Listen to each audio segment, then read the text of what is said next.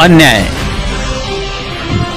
अत्याचार, भ्रष्टाचार, धर्मांधता और सरकार की गलत नीतियों के खिलाफ हर खबर की बुलंद आवाज इंडिया बुलेटिन 7 अर्थात IB7 न्यूज, आवाज नए भारत की।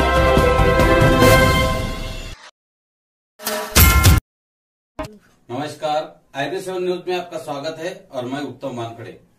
सबसे पहले आज 25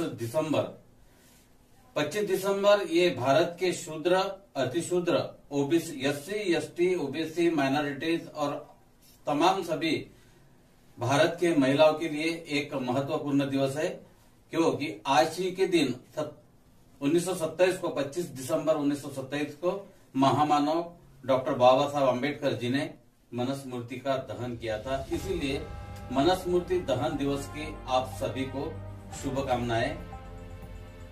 बढ़ते हैं इसी खबर की ओर।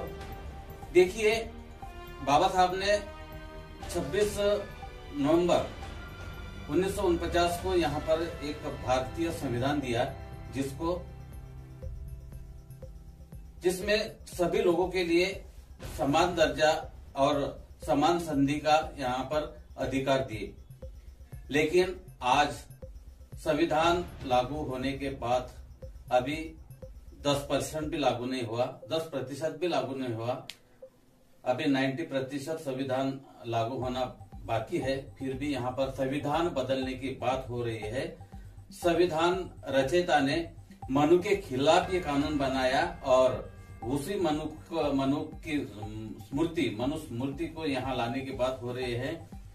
सोशल मीडिया पर एक जो मिश्रा नाम का है, प्रकाश मिश्रा नाम का एक अनुवादक है, कथावाचक जो है, उसने संविधान के खिलाफ कहा है कि संविधान बदलना है, हिंदुस्तान को बनाना है। संविधान को बदलो, हमको हिंदू राष्ट्र बनाना हो। संविधान को बदलो, हमको हिंदू राष्ट्र बनाना है। जय हो हिंदुस्तान, प्यारे हिंदुस्तान। संविधान की वजह से बेटी है। संविधान से सभी महिला, भारत की सभी महिला सुरक्षित है। और इस कथावाचक के कथा में हजारों महिलाएं बैठी है और संविधान बदलने की बात कर रही है, मनुस्मृति लाने की बात को दुजारा दे रही है। औरतें अगर महिलाएं यहाँ पर है तो इस महिलाओं को क्या कहना। ये जो कथावाचक है, ये मिश्रा जी का जो सोशल मीडिया पर वीडियो वायरल हुआ है, ये हम आपको दिखाने जा रहे हैं।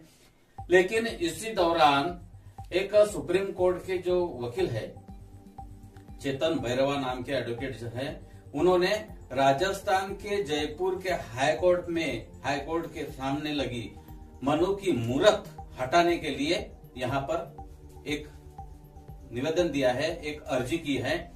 और वो अर्जी वहां के रजिस्ट्रार को की है।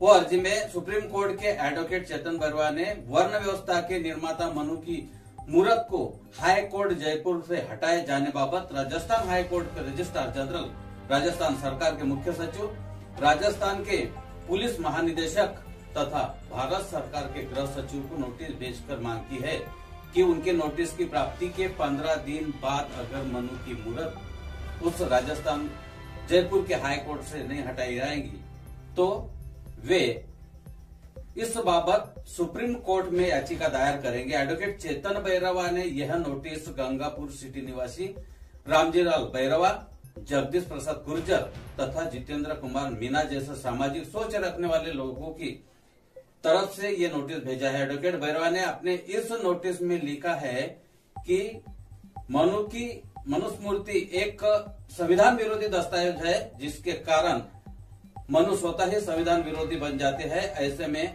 हाई कोर्ट जयपुर में मनु की मूर्त के लगे होने का कोई औचित्य नहीं है। एडवोकेट भैरवा ने मनुस्मृति को न केवल सीधा देश की 75% जनता, 16% SC, 7% ST, 52% OBC का विरोधी बताया है, बल्कि उसे क्षत्रिय, वैश्य और महिलाओं विरोधी भी बताया है। मनुस्मृति के चैप्टर 2 के श्लोक 138 का हवाला देते हुए एडवोकेट भैरवा ने अपने नोटिस में लिखा है कि यह श्लोक सीधा सीधा क्षत्रिय विरोधी है। क्यों कि यह श्लोक कहता है कि 100 साल के क्षत्रिय को भी 10 साल के ब्राह्मण के बच्चे को अपने बाप के बराबर मानना चाहिए। क्यों मानना चाहिए? इसका मनु के पास आज दिन तक कोई जवाब नहीं है। मनुस्मृति के चैप्टर 3 का श्लोक 218 कहता है कि महिलाएं काबिल से काबिल इंसान को भी गलत रास्ते पर ले जाने में सक्षम होती है। यहाँ आकर मनु सीधा सीधा महिला विरोधी साबित हो जाता है, क्योंकि यह उनके चरित्र पर उंगली उठाता है। मनुस्मृति के चैप्टर 8 के श्लोक 417 में मनु चाहता है कि वैश्यों को राजकाज के नजदीक नहीं आने देना चाहिए, वरना समाज में अराजकता फैलने का डर रहता है।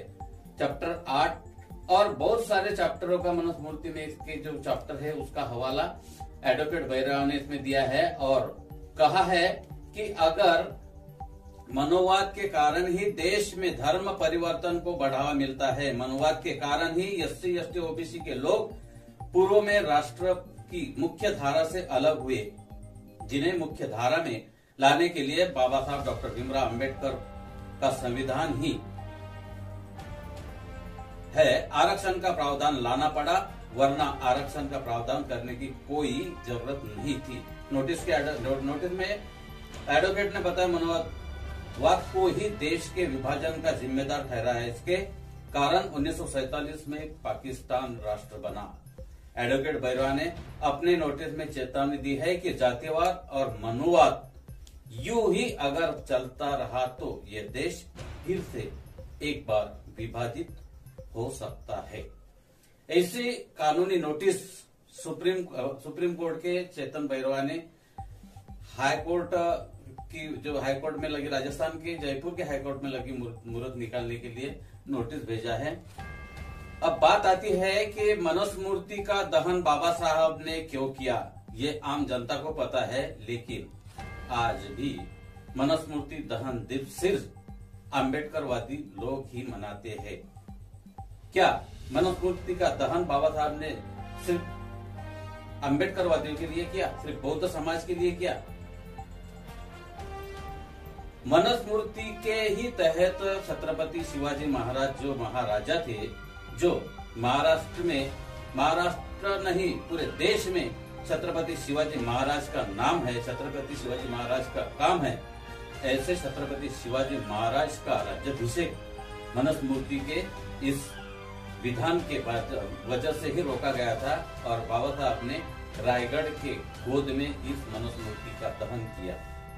बहुत सारी बातें हैं, लेकिन आज भी मराठा समाज मनुस्मृति दहन दिन नहीं मनाता।